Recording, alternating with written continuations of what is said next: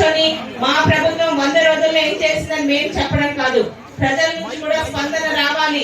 గత ప్రభుత్వంలో చేయలేనివని ప్రభుత్వం చంద్రబాబు నాయుడు గారి ప్రభుత్వం ప్రతి అవసరాన్ని గుర్తు పెట్టుకొని, అయితే మీ అందరికీ తెలిసిన విషయమే మీ ముందు చెప్పాల్సి వస్తుంది.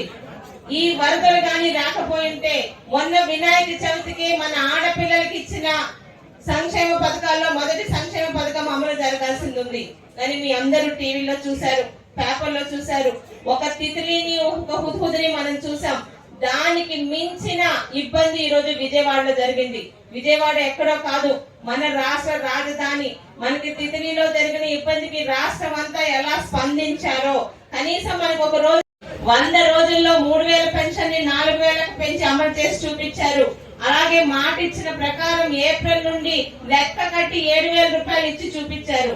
వికలాంగులకి పెంచమని మనం ఏమీ అడగలేదు, కానీ సాధారణ పింఛన్ల కన్నా వికలాంగులకు అవసరాలు ఎక్కువ ఉంటాయని 3000ది 6000కి ఇచ్చి పెంచి చూపించారు. ఎక్కడ ఆపలేదు. అంతేగాని ఆదివారం వచ్చింది, సోమవారం వచ్చింది, సెలవులు వచ్చాయి, డబ్బులు లేవని కబుర్లు చెప్పలేదు.